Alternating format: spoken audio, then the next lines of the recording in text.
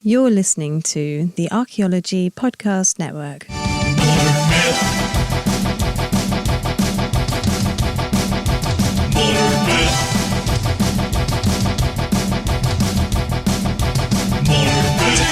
up the story for the knowledge that we seek, broadening horizons into Hello and welcome to Modern Myth with me, Tristan Boyle, the Anarchaeologist, and today I have a very special guest for you. Drumroll please, it is Stefan Milosavljevich. Oh no, I messed it up again, I'm sorry. It's a good attempt. Milosavljevich. That's why I go by Milo on YouTube, because I just didn't want I thought no one would be able to find me. Did you ever actually think about having a brand name rather than going with your own name? Is there a bit of lore there? Was the channel at one point going to be like, I look into history? There's so much lore. Oh my goodness. I don't even know where to start. But by the time I was making archaeology videos, I was just going to be Stefan Milo, because I had already changed my mind several times about what kind of videos I was wanting to make. I realized I just have to pick my name and just whatever video I'm making. But it is archaeology videos now, for sure. So that's interesting because, the thing is, I've done workshops on podcasting, and one of the things I focus on is your kind of branding and what you're setting out to do kind of influences your name. So I take the name of what you're going to do is actually a great way to kind of get into the headspace of actually, what am I making here? Because the name tells you everything about that, I remember a time on YouTube, and I'm sure you do as well, when people did not use their real names. Yeah. What was on the cards? Can you give me a taste of what you were into at that time? Was it Spider-Man 95? Oh gosh, the original channel name was 3-Year Millionaire. And I had just moved to America, and I hadn't realized that people in America don't take any time off work. And I thought, that's no good. I've got to become like a businessman or something. If I work for someone else, I'm never go home again. And so I set myself the goal of starting a business and filming that journey. And I'm not a businessman in any way, it turns out. Like, all of my attempts were spectacular failures. But the only thing that did make money was the YouTube videos. So I thought, I'll just do YouTube about what I'm actually interested in, which is archaeology. And so then it became Stefan Milo. And that's fascinating. Yeah. And honestly, 3-Year Millionaire does actually sound like it's going to sell me crypto or NFTs at some point. So I think does, yeah. You dodged a bullet at that point. Yeah, it's a funny name. I just like a rhyme. Yeah. Well, but it doesn't even rhyme properly. It doesn't. What do you mean you like a rhyme? It doesn't rhyme. Close enough. What? You know what? I'm glad you changed it. I'm quite interested, though, the journey to archaeology, right? Is that something, in terms of your own background, what is it about archaeology that you felt, this is what I need to start putting out into the world? What was the drive there? I've always loved it. And I did my degree in archaeology at Sheffield University. And the drive, I suppose, was there are two aspects to it. I do kind of think if you're creating a YouTube channel or something, it does really help to make it about the thing that you can just talk about for forever, basically, because you're going to be spending the next 10 years talking about this subject. So you better be interested in it. And it's the biggest interest in my life is archaeology. And then the other factor of it, I did feel like at the time, there was a lot of people making videos about history, but just no one really making that many videos about archaeology. So it's just a combination of my interest and also a sense that there's a bit of a gap there in the market. When you studied archaeology at Sheffield, what was the main thing that you were fascinated with? Because for me, it was archaeological theory, and that's how I got into archaeology. But that's apparently really weird, and nobody It is a else little bit. does it. So why don't you give me your normie kind of introduction to your journey in archaeology? It's hard to describe. I can't remember a time when I didn't love it. My grandma used to volunteer at the tea room at Worcester Cathedral in my hometown. And so I was always just roaming around Worcester Cathedral, loosely supervised, and just looking at all the graves and all of that stuff. And it's so hard to describe why I love it, really. That's just something, it's just always been a part of my life. And in terms of what I was really drawn to at university, it's the prehistory stuff. Yeah. Really far back in time, human evolution, prehistory. I remember in the first year where you just sort of have to do a little bit of everything. Yeah. And I was doing the introduction to human evolution. Mm-hmm. And my professor, Paul Pettit, who's at Durham now, I believe, was describing Paranthropus boisei. And I had never heard of this hominin before. And it's just one of those moments where suddenly I realized how little I knew and how big this world was of like prehistoric archaeology and human evolution. And yeah, I absolutely love it. I've loved it ever since. I think I'd be more on your side in terms of the interest in prehistory, because one of the things I find quite difficult to get on board with is I feel like the Romans, the Vikings, and the ancient Egyptians talked to death. And it feels very, I don't know, there's so much of human history that's out there, that's in places that people don't think about, because there's kind of this drive for people already know about this, they're familiar with this, let's just talk more about the stuff people are familiar with. So it's really nice to hear that it's the prehistory that is your fascination. I basically only talk about prehistory on my channel. I mean, I just noticed the pattern. Yeah. If I make a video within the last about a topic within the last 5,000 years, that's basically modern history as far as I'm concerned on the channel. And if you make it within the last 2,000 years, we'll know it's a sign you've been kidnapped and we need to go and find you right away. Gotcha. Yeah, exactly. Yeah. Forget the blinking. It's a full 40-minute research video set in 2000 BC. Something's happened to Stefan. God damn it. Yeah, exactly. Yeah. He's too young. Yeah. But no, it is generally an interesting phase of humanity, particularly because I think for a lot of people, there's still, there's this inbuilt kind of questioning of where do we come from? And I think one of the things is that as humans, we are kind of unique as a species on this planet because we've almost managed to kind of traverse and adapt wholly differently to a lot of different animals out there that we've kind of created. We've created the internet, we've created electronics, we've kind of created books, we can feed knowledge to each other. It's a very different way of existing. And yet, I think there's also some confusion as to how did that even happen? What do you think is the most surprising piece of prehistory that you kind of feel demonstrates that kind of human uniqueness? Oof. Difficult question. Ask the big ones, yeah. I think if there's one thing that defines us, it's adaptability. I really struggle to talk about humanity in any sort of concrete way when asked that sort of question, because we've been around for so long in so many different environments that I just think it's our adaptability, ingenuity, creativity. That's just an inherent part of us. And it's been such a part of us for so long. It's interesting to me to see, for example, a Paleolithic hand axe carved by a hominin like Homo erectus or something. But I think even within them, you can see an appreciation for symmetry. You wouldn't go as far as to call it art, but there's some appreciation of symmetry, and there's an aesthetic going on, I think, anyway. Yeah. And definitely.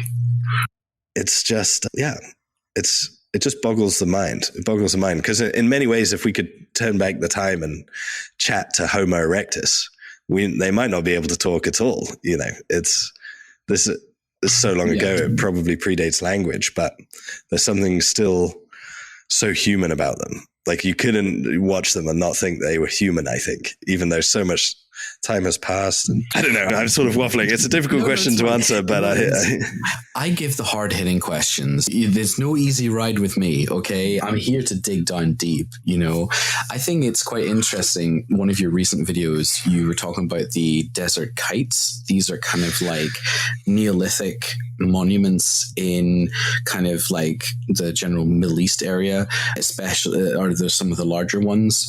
And it was really interesting to see really large scale monumental structures that were dating to the Neolithic. I mean, could you give us an example of one of those sites that you kind of zoomed in on, and like, why is it that we don't seem to have that knowledge in the public about these kind of monuments, do you think? I would butcher the names. What's the name of one of the sites? I don't want to butcher the names too badly. The largest desert kites seem to be in what's modern Jordan and Israel. And there are so many examples of them. I think in the video I mentioned that over 6,000 have been mapped using Google Earth. Not all of them are in Jordan and Israel, but a majority of them are, that we found so far. And these are probably, in terms of the geographical area they cover, they've got to be the biggest monuments in prehistory. I mean, they go on for kilometers and kilometers through the desert, just these sort of shallow walls. And as for why they're not well known or not so much in the public consciousness, I think with prehistory, one of the things that makes my channel interesting is that in school, we don't really talk about it much. In Britain, we might do a little bit about the Neolithic because there are so many famous monuments. No, don't mention it. It's a naughty word. It's a naughty word. This word on this podcast is a naughty word. I want to hear about the Ness of Burgar, and that's it. I was going to say that, it's not just Stonehenge. Across Britain, there are so many Neolithic monuments, especially in Orkney. Yeah, no, definitely. And so I think when we dabble in prehistory in British schools, we basically just do the Neolithic, and that's about it. And I think that's basically the same for a lot of the world. In chatting to other people from all around the world, I don't think our educations really focus on human origins and prehistory. And I wonder if a part of that is because our education system is so tied to the nation. And this is so long ago that our nations didn't exist in any conceivable way. So I wonder if that's a factor. And that's a very strong argument for changing our education system, and maybe our culture at the same time. I don't even know if that's true, but that's just one thing I wonder, because it doesn't so easily fit into a national story. I mean, that makes sense to me when you say it like that. And I think that, would prefer to see a much more universal story and angle taken. I think there's a lot of times when, especially in Britain, because it's seen as a kind of like hub of cultural heritage understanding, because it has so much cultural heritage from other places somehow. It seems that I think we need to kind of start rewriting that a little bit, and using human origins as a kind of a context for history. I think that's actually, do you know what? I know you didn't say that, but that's like coming to my head from what you said. We'll share the idea. 50-50. Yeah. Okay. Yeah. It is an interesting one. It is. I wonder as well if it's because it's entirely based in archaeology. Maybe some people think it's a bit abstract, because there's always an element of uncertainty in archaeology, because we can never really, or at least in prehistory, we can never really ask these people, why did they build the Ring of Brodgar or something like that? We can't really, our knowledge can only extend so far. And maybe that's, at least to people like my sister, she thinks it's rubbish. She just wants to do history and just know what these people were saying, I totally get that. I mean, the thing about archaeology is, I mean, at the most rudimentary man in a pub explanations, yes, it's a very highly educated guess, but we keep getting better with how highly that educated that guess is, you know, and it's not like somebody walks up to this Neolithic monument and goes, yeah, I don't know. It kind of looks like a crown. Yeah, let's just say it was, you know, High King or something. I don't know that. People actually build something more on top of that because, you know, for some of the Neolithic monuments that we do see, the weight of the stones that were taken from the quarries to the eventual sites required huge, vast amounts of people to do that. You know, it wasn't just like some guy and his mates on a weekend, you know, thinking, forget the cow tipping, it's time we build like a chambered cairn, you know, let's go. Yeah. It was this massive group of people using technology, like, you know, sliding sleds, or maybe, I mean, did they use rollers? I know rollers was a big thing for a while, that people used logs to wheel stuff around. But I think, was Stonehenge going to be sleds? I can't even remember. I don't know. Who knows? Somebody knows. I know somebody knows. I think Barney Harris knows. He's a guy I went to university with, and he's studying that exact topic, I think. I think it is interesting, though, that, you know, for as much as we don't have any direct way of communicating with the prehistory, we still have an idea of the kind of things, the kind of reasons that people might do it. Because we know that there are certain alignments that need to that do fit things like, obviously, the S word, Stonehenge has the solstice alignments. So we know that was obviously built with that in mind. So while we may not be able to ask the question or read it down, written down, there's a way that people make monuments that have meanings that kind of transcend time. You know what I mean? Yeah, I think so. Yeah. There.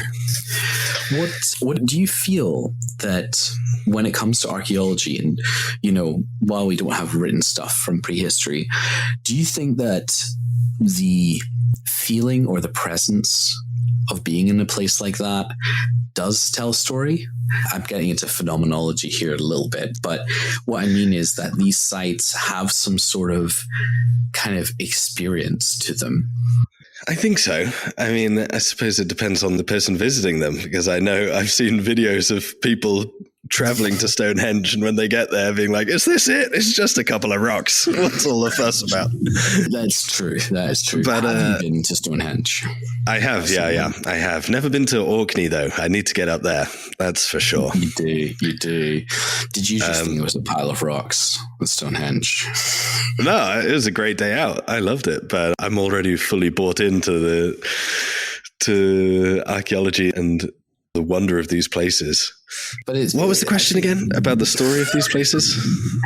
I think what I'm trying to get at is that while we don't have written stuff from prehistory, there might be other ways of connecting with these people through the way they build the monuments, that these monuments represent a kind of text in the way that people kind of move through them.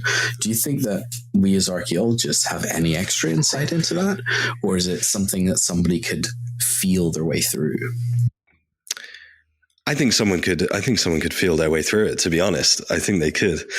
I think when it comes to archaeologists and knowing more about this stuff, you know, I'm always amazed at the sort of threads that we can pull on to understand the past.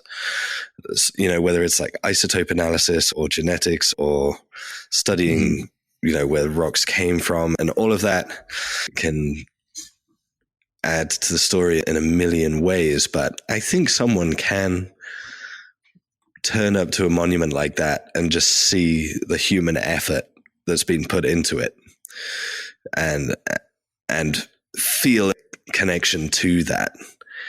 You know, I'm sure there are many people, for example, who are blown away when they visit the pyramids every year and probably relatively unfamiliar with Egyptian history and which particular pharaoh built which pyramid and all of this stuff. But there's something, about seeing the effort that other humans went to construct these things so long ago.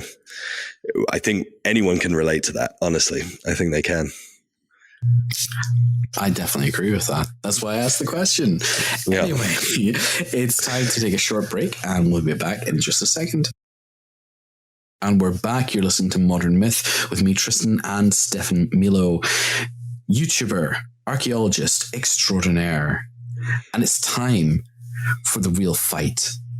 So the thing about YouTube is, as much as it's great to get amazing people who talk about archaeology, history, and are bringing actual evidence, sources, and kind of laying that out and being transparent about it, there's also a lot of misinformation on YouTube. And you yourself have actually previously covered certain people. Okay, I'll name one of them. It's fine. Graham Hancock. And what do you think about the misinformation on YouTube specifically? What do I think about it? Do you think it's because of the platform, or is it just an outgrowth? It's just another way of spreading it? I think it's just another way of spreading it. I don't think this is a unique YouTube problem. But, in the time we live in now, mass communication is easier. So mass misinformation is easier. I think that's there's to it. I don't think there'll ever be a situation where we can, get rid of misinformation, or maybe it didn't exist as much in the past. I'm not sure. It's just communication is easier now. So it's easier to spread misinformation too. Have you ever felt like you could go down the route of becoming a debunking channel? Have you ever felt, there's so much absolute junk out there. I could actually just spend my time going, that's wrong, that's wrong, that's wrong. Is that ever a temptation?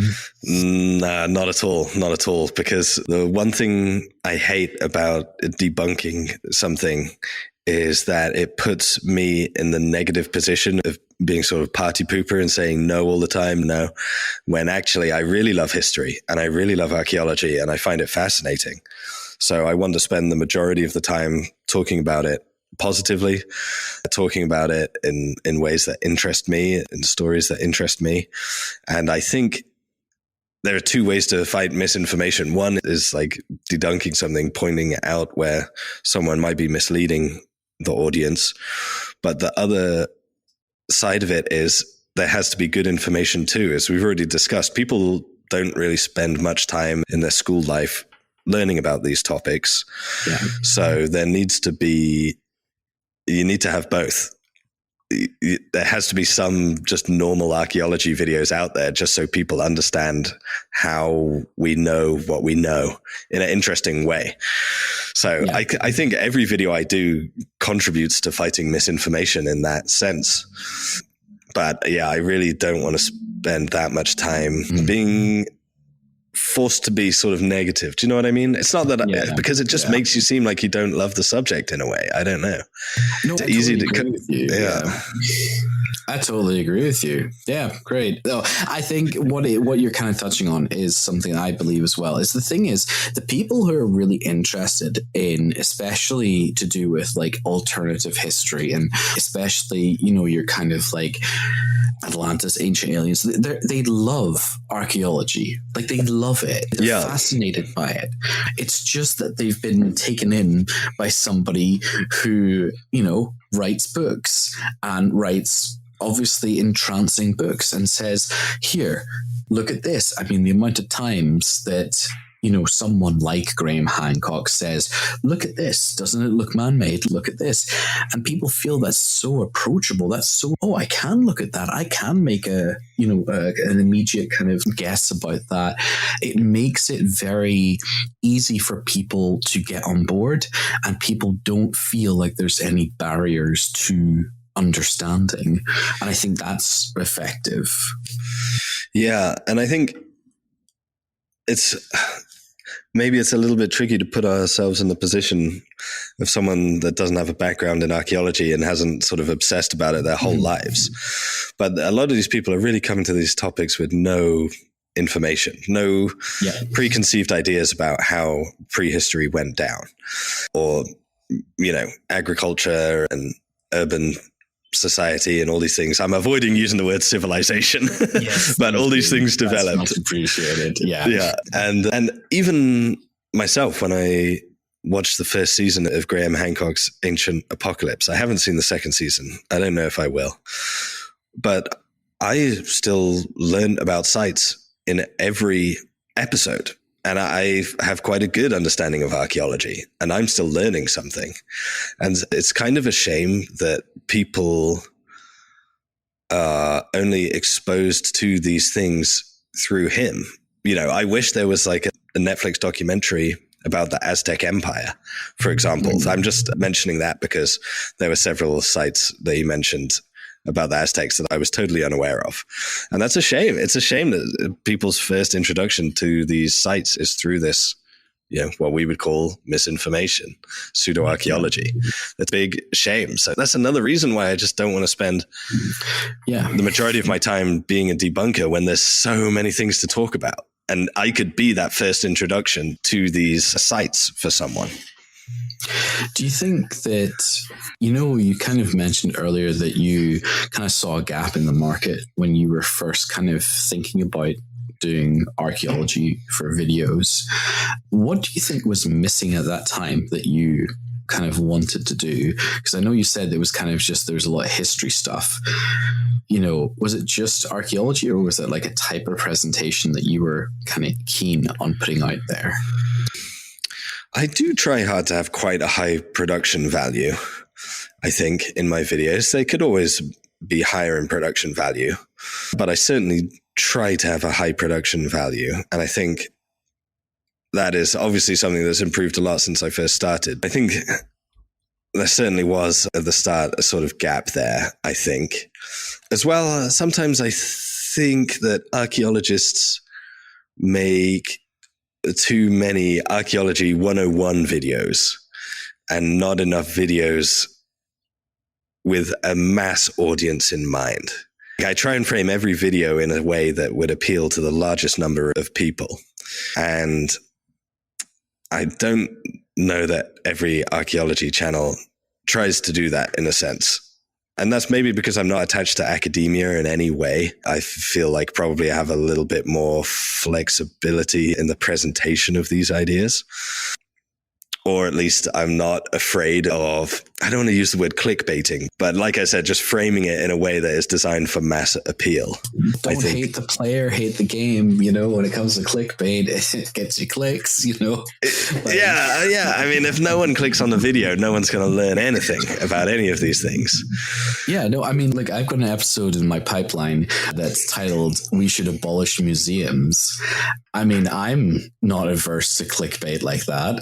We'll talk about that later, okay? Don't worry. Yeah. I'll not take down the small museums, okay? It's just the British Museum. I'm sorry.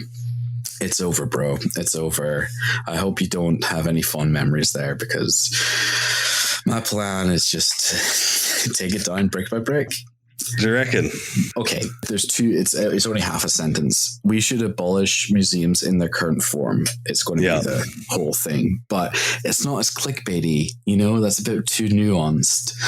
It is. Yeah, it is. But I mean, speaking of that kind of nuance versus like clickbait and everything, what is it that you find you need to do, or that you choose to do, to make something about archaeology appeal to a mass audience?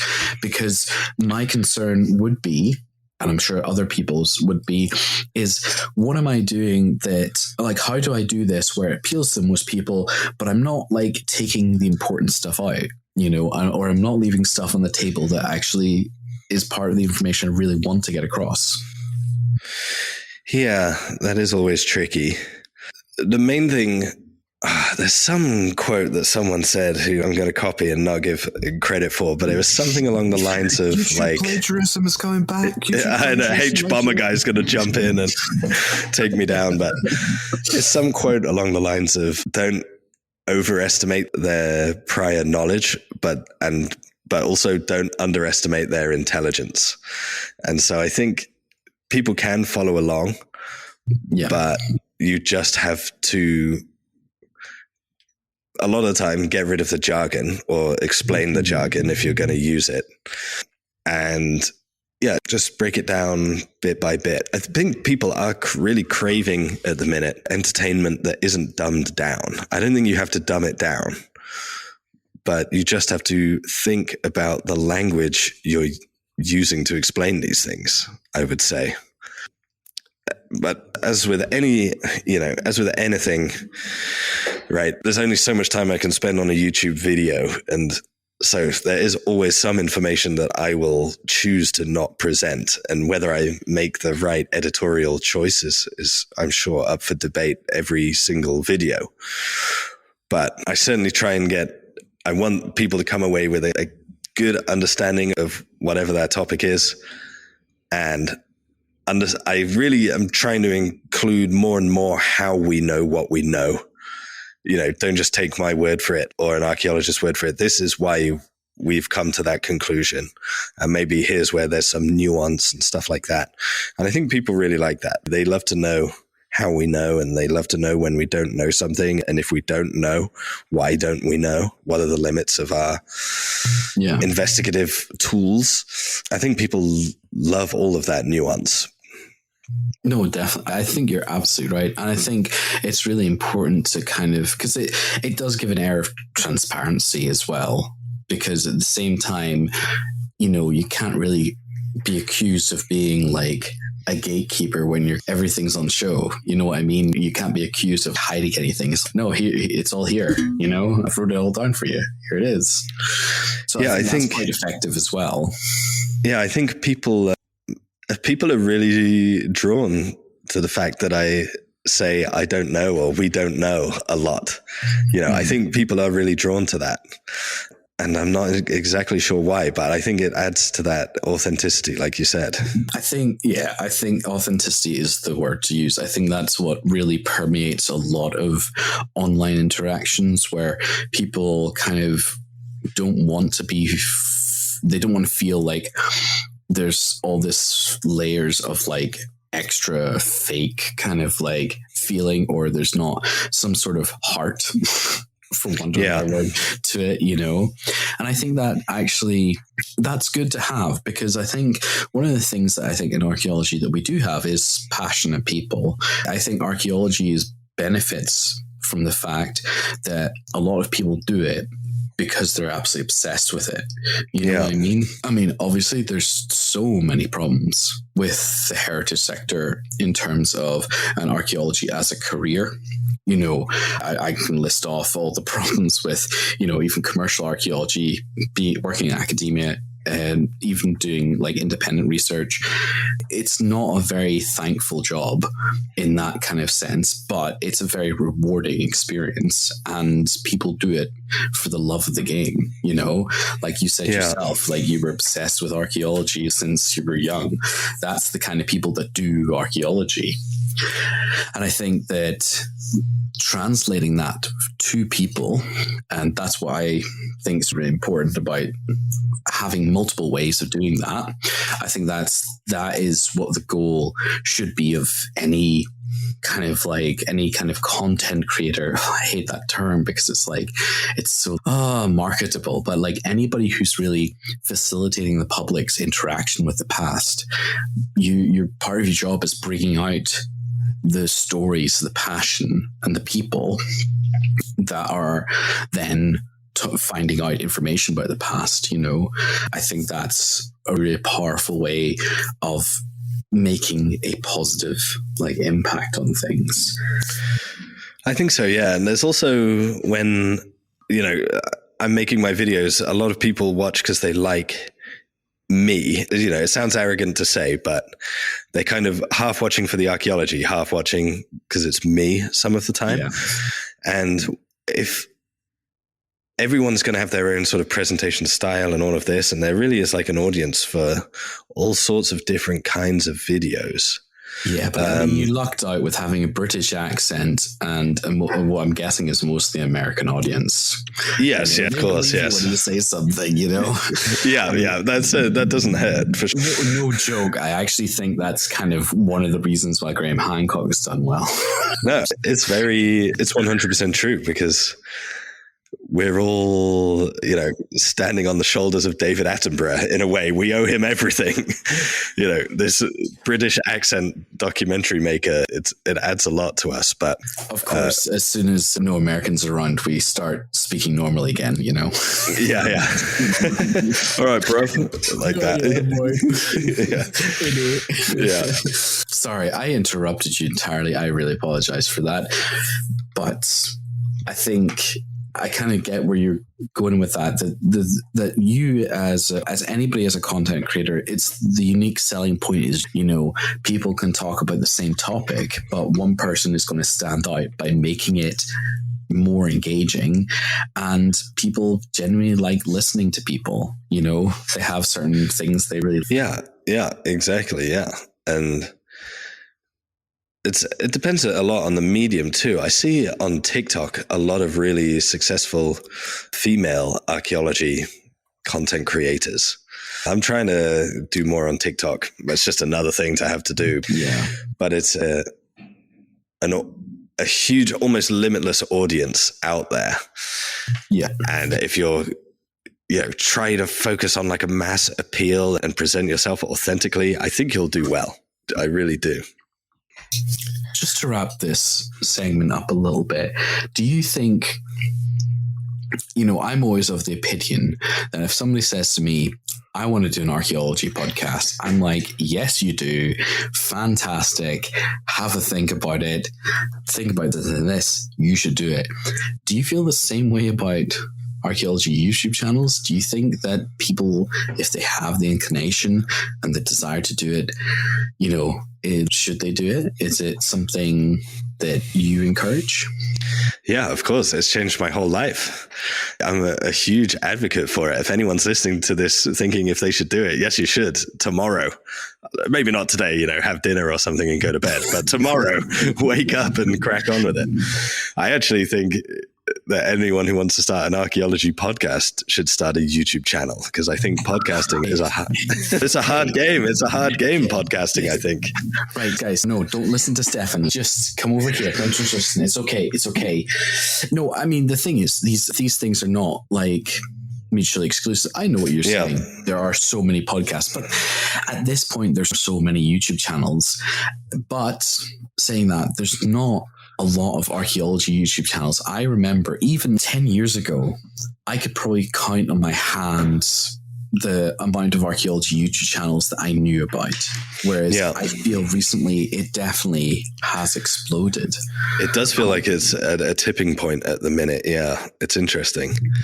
It's very interesting. I can't wait to see where it goes, because it's one of those things where I'm like, finally, other people who aren't specifically interested in archaeology know what's going on here, Yeah. Like, that's the thing about, that's the thing. I watch random stuff on YouTube as well. What was I watching? Airplane investigation videos. I don't know why, but I got really hooked on having somebody explain how these planes had failures and crashed, and like the investigation and the aftermath. And it was really fascinating. And I wonder how many people are like bumping into archaeology videos and going, oh, that's really interesting, actually. I think it's a lot. I think it's really a lot. I mean, there's something like, at the minute, I get like 1.5 million views every month on my YouTube channel. And so they can't all be passionate archaeology lovers, I suppose, or at least not when they start. I hope to make them into one. But that's so many people, right? It has to be hitting a larger audience, you would think. Definitely. I'm going to take a little quick break and we'll come back in just a second. And here we enter the Thunderdrome. No, it's actually the final segment of Modern Myth with Stefan. I'm not going to pronounce your surname, so here we go. So we've just been talking about kind of creating content on YouTube and the importance of kind of trying to make the decisions to kind of get people interested and giving them enough information that it kind of keeps their interests and not underestimating, what people are capable of thinking. But it's now time to underestimate me? No, that doesn't make sense. Stefan, I would like to give you a couple of minutes to ask me some questions, to ask me whatever you want, what's on your mind, and put me in the hot seat like I've been grilling you for the last 40 minutes. This is connected to me, so I hope this isn't arrogant, but one thing I've been thinking about is using this pretty substantial audience that I've created to crowdfund archaeology. What do you think about that? So crowdfunding archaeology is a pretty cool idea. I think it actually has been successfully done a couple of times before. I don't know if you've ever been familiar with the UK organization Dig Ventures. I am, yeah. So they've managed to do it a couple of times when they've been able to so they've not just crowdfunded, they've actually crowdsourced digs as well. And what's been really cool is they've been able to have people remotely do like certain post-excavation analysis remotely, which I thought was really cool. With Google Earth and yes, I did see that. So I think if you want to crowdfund archaeology, that's great. But I also think that it's really important that people know what the actual outcome of it is. So I would load, if I was to do the crowdfunding, I would load the expected kind of process right at the front. I wouldn't make it, here be treasure, and you can be part of this as well. Yar, yar, yar. No. No, I know, but you know what I mean? I think that you sometimes with archaeology have to sometimes kind of jump ahead of the expectations that are there. The sad fact is that a lot of people see the process of archaeology as a process of the artifacts have this intrinsic, sometimes monetary value. That's what people want. That's what archaeologists want. But the truth of the matter is far from that, So I would say crowdfunding archaeology would be really cool. I just think it has to be done in the right way. And it also has to be communicated really clearly to people who are crowdfunding their money and putting their money towards it. Where would you do it? Where would you do it? Probably in Britain, probably.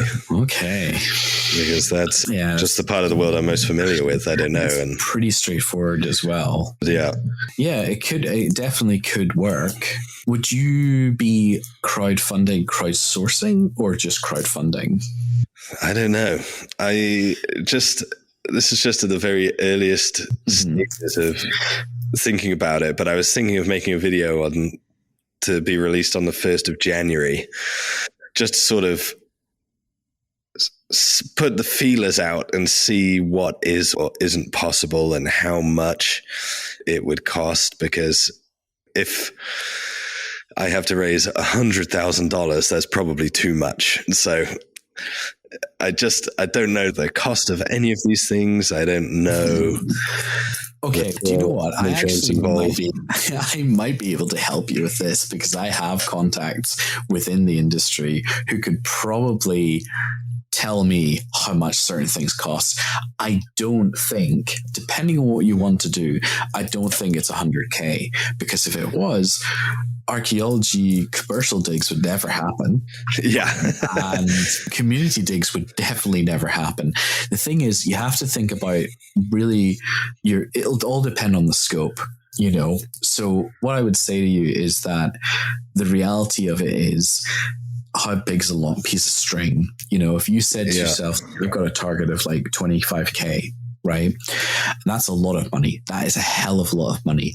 But the other side of it, you're thinking is, if you're going to have people on site, is there amenities nearby? Do you have to purchase hire temporary portaloo?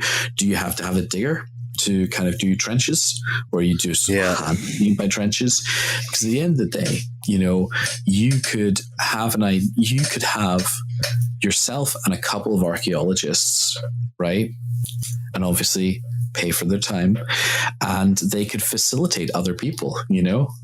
I don't know if you want to have your top level Patreon supporters getting in there and they can join in the dig as well. It all really depends on the scope. I think it's a good idea to make the link between what you do online and bring it into the meet space. I think that's really good, but it'll all just depend on the scope.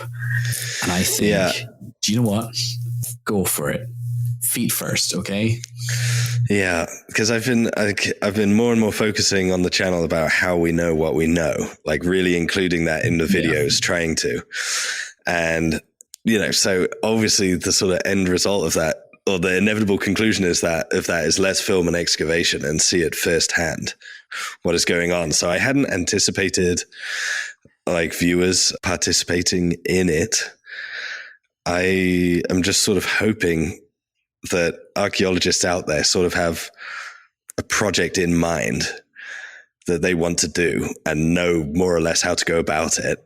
And I just give them the money and they do it. But I film it. That's what I want to do, because if it was up to me to pick a side and do all of that, I can't do that. Do you know what, Stefan? I actually might have some people. It depends. How do you feel about Scotland? I love it.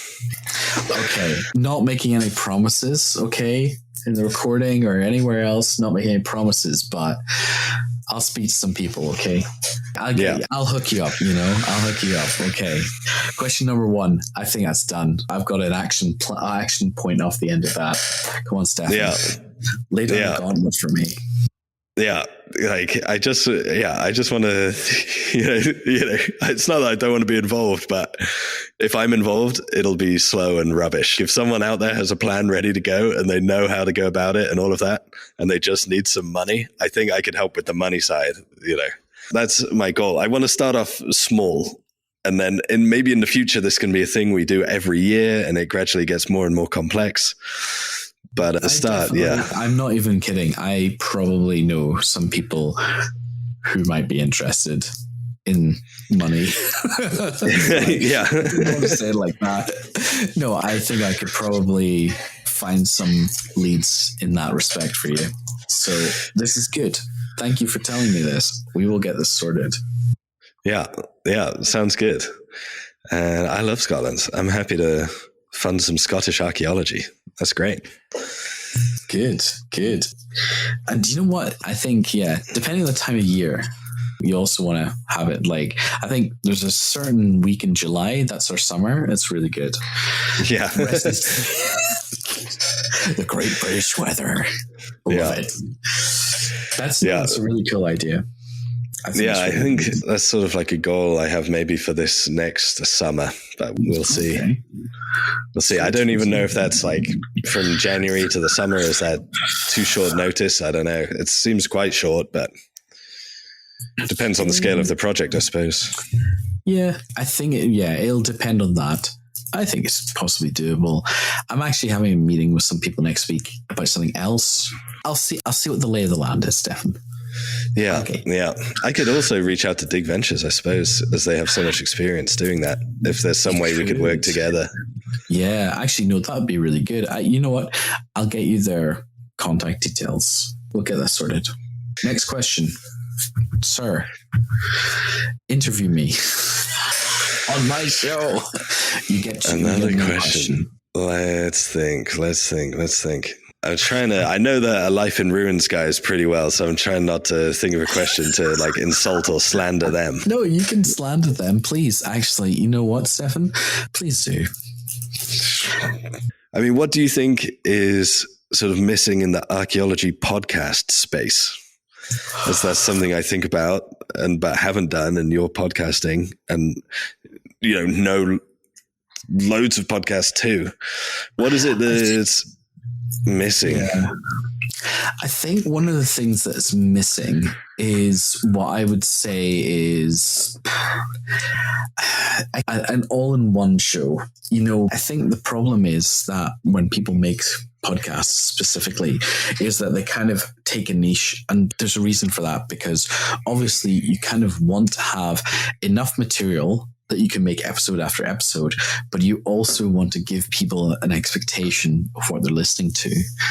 I personally would love a kind of chat show that is actually more kind of like culturally informed and a bit more political. I think that archaeology, a lot of the time, people don't have the free expression to kind of really talk how they feel, and everything is quite sanitized because archaeology is very small and you can piss people off very easily. So you kind of keep your cards to your chest. However, because I've been able to kind of ride the coattails of the APN, I don't feel like I need to do that anymore. So I've always kind of thought, you know what? I want a kind of archaeology culture show that's pushing a lot of boundaries. So that definitely is kind of my kind of idea of that would be a really good podcast. And like boundaries as in sort of politically abolish the British Museum. Do you mean those kinds of boundaries? I mean, that should be the name of the podcast.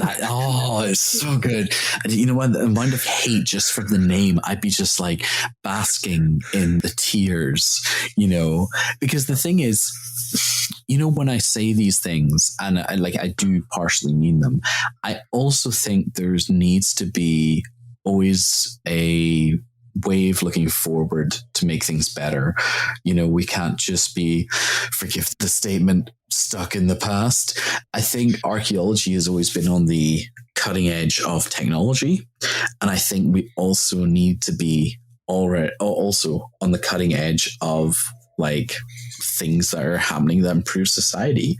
Because at the end of the day, yes, people are like, oh, archaeology is so cool. But like at the same time, you have like pieces, like puff pieces, like you have like tabloid newspapers talking about ancient DNA, and it sounds like blood and soil, when we were talking about that before. And it's just, guys, ancient DNA is not what you think it is, I mean, I think, okay, so for example, archaeology, the triple A's, right? Back in 2 decades ago was like, by the way, race is not a thing. It's not a biological designation of human beings. Yeah. Because biologically speaking, like the 19th century definitions of race they're not biologically marked. There's so many differences and variations within genetics that you can't distinguish people like that. But if you try to, without all the data, evidence, all the kind of years of study and research, try and bring that out to people, they're going to be like, what are you talking about?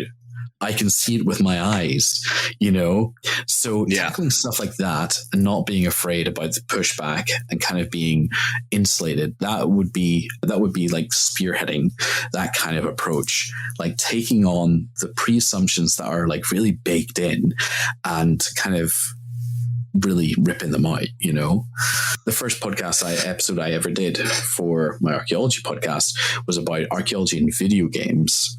And that was in 2014. Yeah. That was like the year Andrew Reinhardt launched his blog or something.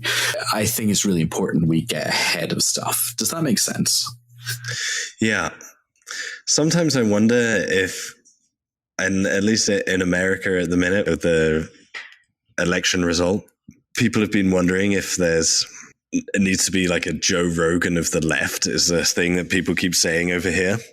And I wonder, but I wonder if it's like, if an episode like that needs to be intermixed.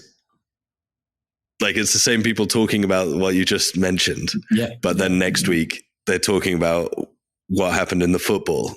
Do you know what I mean? To sort of like intertwine these conversations into popular culture and to not sort of make them this in this thing where only people interested in the topic are tuning in. Do you know what I mean? Like, how do we get them to a bigger audience? That's almost where I was getting to. I see this Joe Rogan of the left thing. The problem is, right? This is the problem. The right in America, a massive umbrella. I'm not casting any aspersions on that. The right in America, and actually to the same extent, the right in the UK, right wing, has a huge umbrella. And not everybody agrees on everything, but the things they do agree on, they're all on the same page about it. The thing about Joe Rogan is that because he's pushing certain political things and certain narratives, he's given leeway with everything else, right? He can do all this other stuff without repercussions because he's on, or he's put, at least he's not, maybe he's not on their side, or he wouldn't say that, but he's pushing what they want. And the problem is that on the left, there's always a striving for some level of integrity. And the thing is, how can you have somebody who would spread misinformation, but at the same time we're like, yeah, I'm glad he's around or she's around to do that? You know what I mean? Because I don't want somebody who's driving cultural change to also have all this baggage of bullshit, Does that make sense? It does make sense. I think you just need to, if you get two people, and it doesn't have to be two guys, it can be lots of different mixes of lots of different people. I think you could probably do it. Somebody could do it, but I think the scrutiny would be just from the get-go much higher. And I think that because of that scrutiny, that it probably won't naturally happen like it did naturally Joe Rogan was on TV before he started his podcast and all that. So he's already had the leg up, Yeah. I'm very cautious because at the end of the day, it's but I know what we need people to have conversations that are, as we said before, authentic. We need some way of communicating with people that's not niche, Yeah, that's what I wonder. Yeah, because if the topic is on the biological reality or lack thereof of race, it's I'm just imagining some of my friends back home, 90% of them not tuning into that. They are not tuning into that episode whatsoever. Yeah. But I think they would be interested in it and would understand it. But if they have to be tricked into it. Yes, I know what you mean. A little bit. Yeah. It needs to be fed to them by a personality they love or something like that. I think that's actually kind of briefly what you touched on before when you were saying that, not to big yourself up, but people come to watch your videos because it's you telling it. And I totally agree with that. I totally agree with the fact that, when you're doing it, you're making content is not just about what you've written down. It's how you present it. And I think that's why when people say, I want to make a podcast, I'm like, you bring your own unique take into the world. And maybe you could be the next Joe Rogan of the left. If you make a podcast and you do that could be the key ingredient. That could be the missing link. Yeah. I don't use that term anymore, do we? That's ancient history. Missing link, civilization. Words, yeah. Well, but these are the words that people use in day-to-day speak. That's the hard thing. That's excluded us both from being the Joe Rogans of the left. Yeah, if we don't even have the courage to say civilization, people are tuning out. We've said the words and now I can't that. Oh, yeah, now because we're holding ourselves to a higher standard. Yeah. Because I think that's really it. I think at the end of the day, I think there is space for a much more cozy. How about that? Cozy. A much more cozy podcast that kind of talks about stuff. There was a short-running podcast called Drunk Archaeology, which was kind of meant to be like drunk history. Yeah. I don't know what happened with that one. Have they released something recently? I don't know. But maybe that could work. I don't know. Who knows? Who knows? But if you do want to make a podcast, I know some people at the Archaeology Podcast Network. I might be able to put you in touch with them. Anyway, thank you very much for this lovely conversation today. Where can people find you if they want to listen and watch more of your wonderful presentation style? YouTube.com/ or they've changed how they find channels now, but Stefan Milo on YouTube. Type it into YouTube. I will pop up, I'm sure. Okay. That's excellent. Thank you so much again, and all the best. Yeah, thank you. Now it's clear misconceptions you held dear. They told you what you wanna hear. Why can't you see that the truth will set you free? Expose this modern myth with me. Modern myth. Modern myth. Modern myth. It's a modern myth, oh yeah. The Archaeology Podcast Network is 10 years old this year. Our executive producer is Ashley Airy, our social media coordinator is Matilda Siebrecht, and our chief editor is Rachel Roden. The Archaeology Podcast Network was co-founded by Chris Webster and Tristan Boyle in 2014 and is part of Cultura Media and DigTech LLC. This has been a presentation of the Archaeology Podcast Network. Visit us on the web for show notes and other podcasts at www.archpodnet.com. Contact us at chris@archaeologypodcastnetwork.com.